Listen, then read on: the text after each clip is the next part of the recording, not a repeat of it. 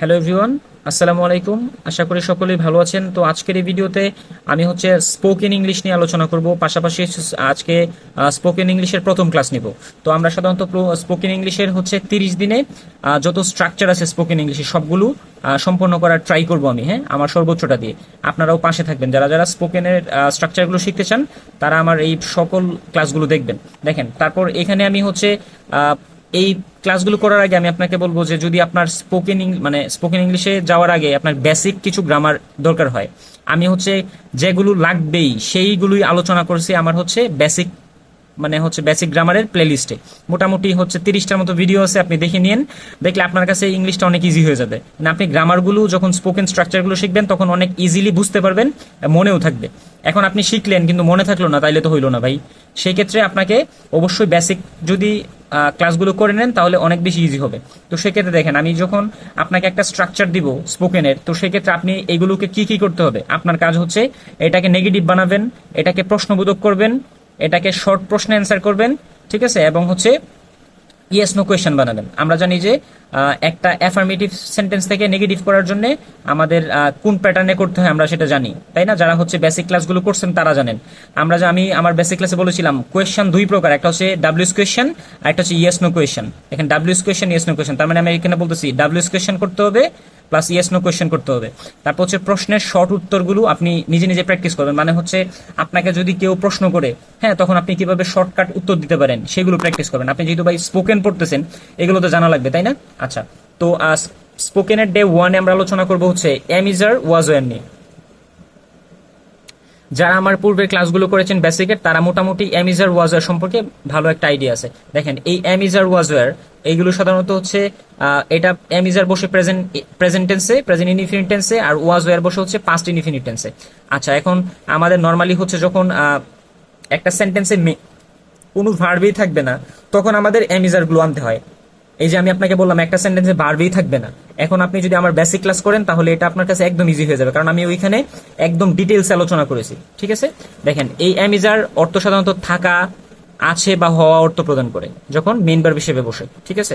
আচ্ছা, দেখেন, যেমন আমি বলতেছি হি ইজ আ সিঙ্গার, সে একজন গায়ক, ঠিক আছে? আপনি কি করতে পারেন, প্র্যাকটিস কিভাবে করবেন বলেন তো? আমি এখানে বলতেছি হি ইজ এ সিঙ্গার, আপনি এটাকেই বারবার চেঞ্জ করবেন। যেমন I am a singer, Rahim is a singer, তারপর দে আর এ সিঙ্গার, দের সাথে আর বসবে। দেখেন আপনার যে এইখানে আমি যখন দে বলছি তখন কিন্তু আর বলছি, আর এখানে যখন আমি আই বলছি তখন কিন্তু ইজ বলি নাই, বলছি আই এম এ সিঙ্গার। তো বিষয়টা এরকম, আপনার যদি বেসিক গ্রামারটা ঠিক থাকে তখন আপনি ইজটা চেঞ্জ করতে পারবেন, আর এই সাবজেক্ট চেঞ্জ হইলে ইজ কেন চেঞ্জ হবে সেটা আপনার একটা ভালো আইডিয়া থাকবে। আচ্ছা, আর এটা আমাদের অবজেক্ট, তাই না? আচ্ছা, এটা মূলত অবজেক্ট না, এটা মূলত কমপ্লিমেন্ট। এখন কমপ্লিমেন্ট কি সেটাও আমি আপনাকে বলছি, কারণ দেখেন, হির আরেকটা পরিচয় এ সিঙ্গার, তাই না? তো কমপ্লিমেন্ট সম্পর্কে একটা আইডিয়া আপনার হয়ে গেল যদি আমার বেসিক ক্লাসগুলো করেন। দেখেন, তারপর আমি কি বলছিলাম, এখানে আমি যখন আপনাকে একটা স্ট্রাকচার দিব, সেই স্ট্রাকচারকে আপনার নেগেটিভ বানাইতে হবে, প্রশ্ন এইগুলো বানাইতে হবে। এখানে দেখেন আমি বানিয়ে দিলাম যে হি ইজ এ সিঙ্গার, আপনি এটাকে কি করবেন, ইজ হি এ সিঙ্গার, সে কি গায়ক? He is not a singer, সে একজন গায়ক না।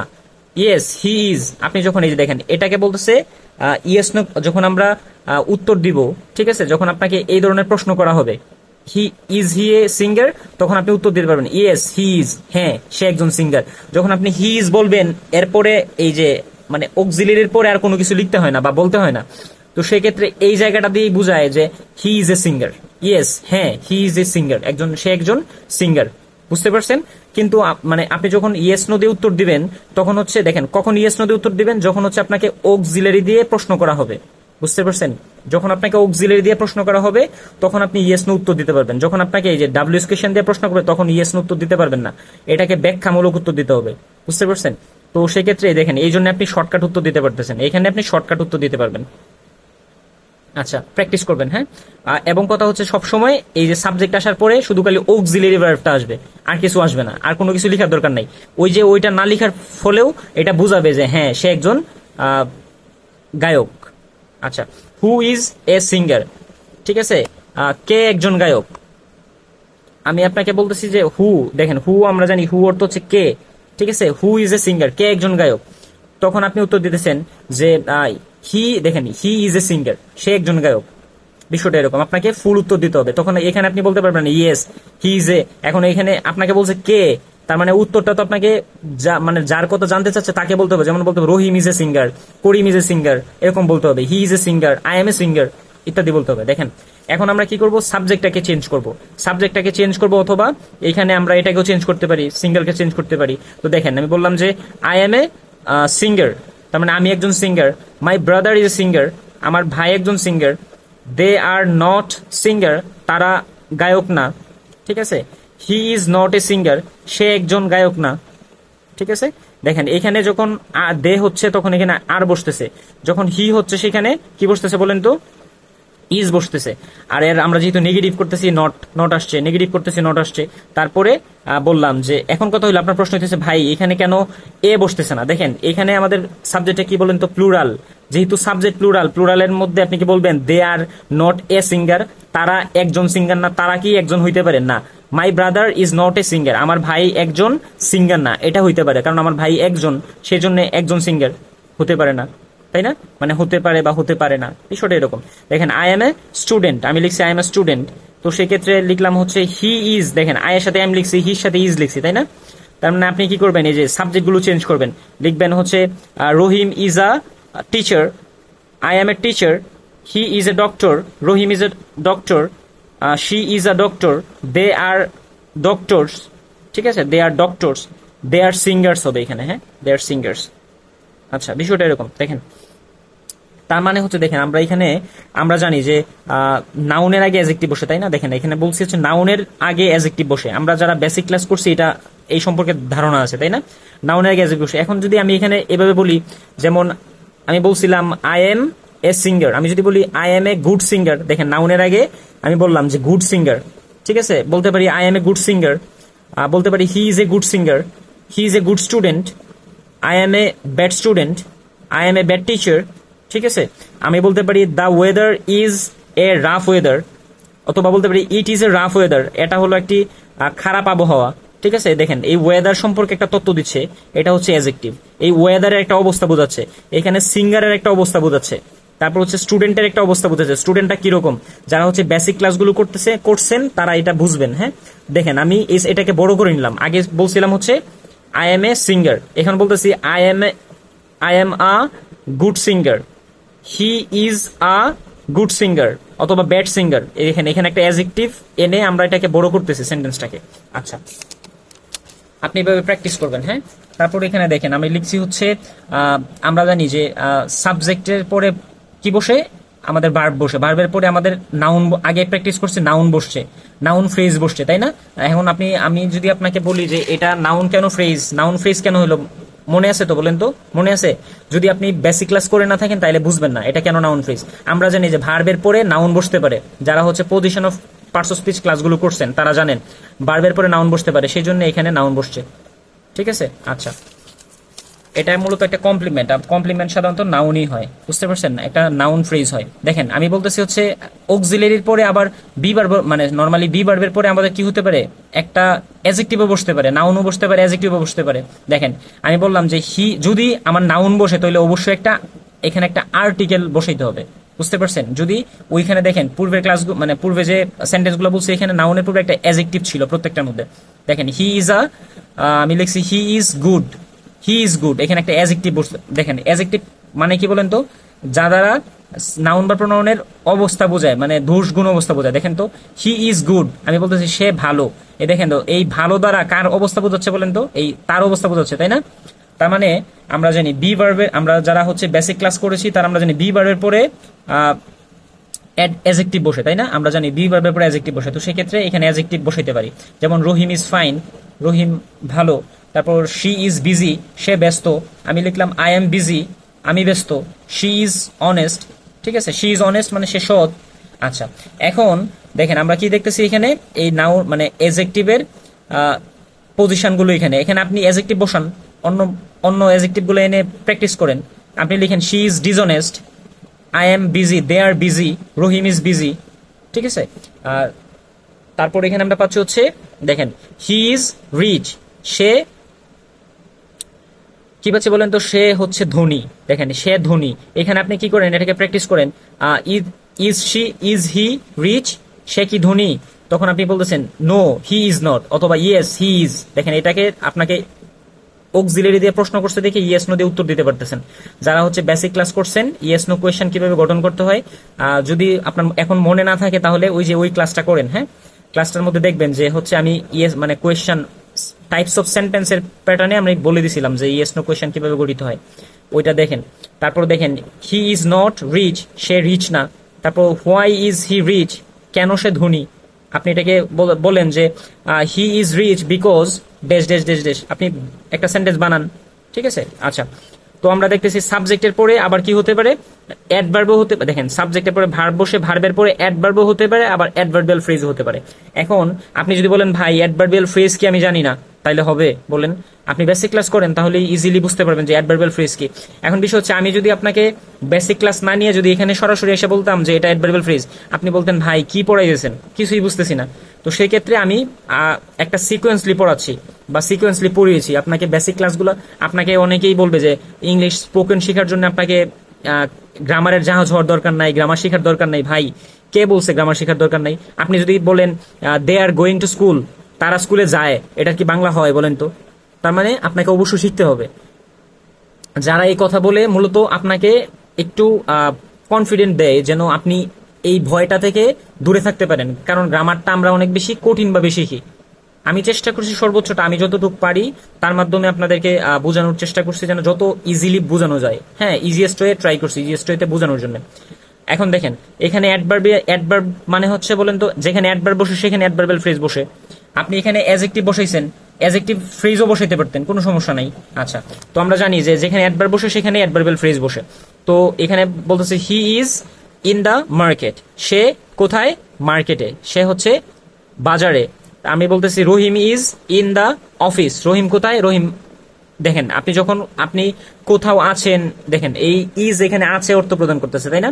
যেমন আমি বলতেছি he is in the market, সে বাজারে। আপনি বলেন Rahim is in the market, Rahim বাজারে।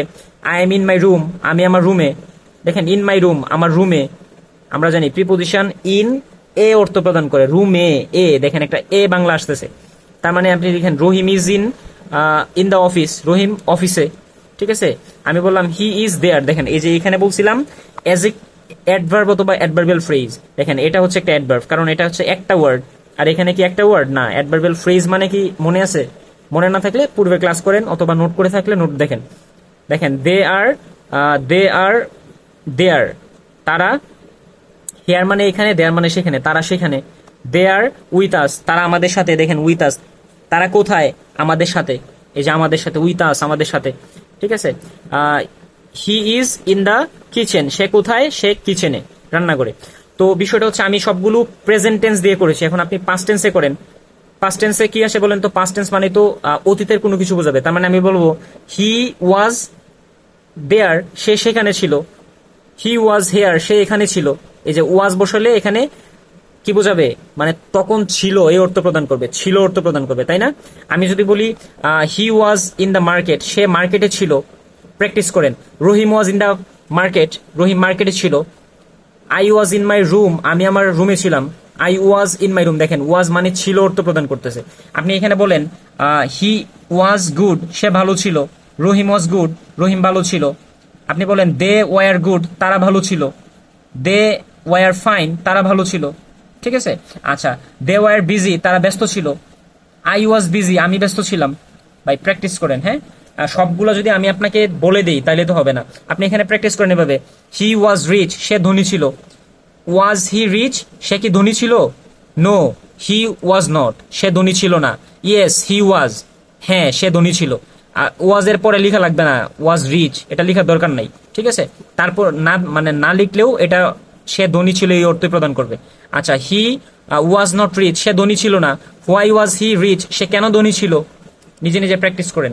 যত প্র্যাকটিস করবেন ততই আপনার ইমপ্রুভমেন্ট আসবে।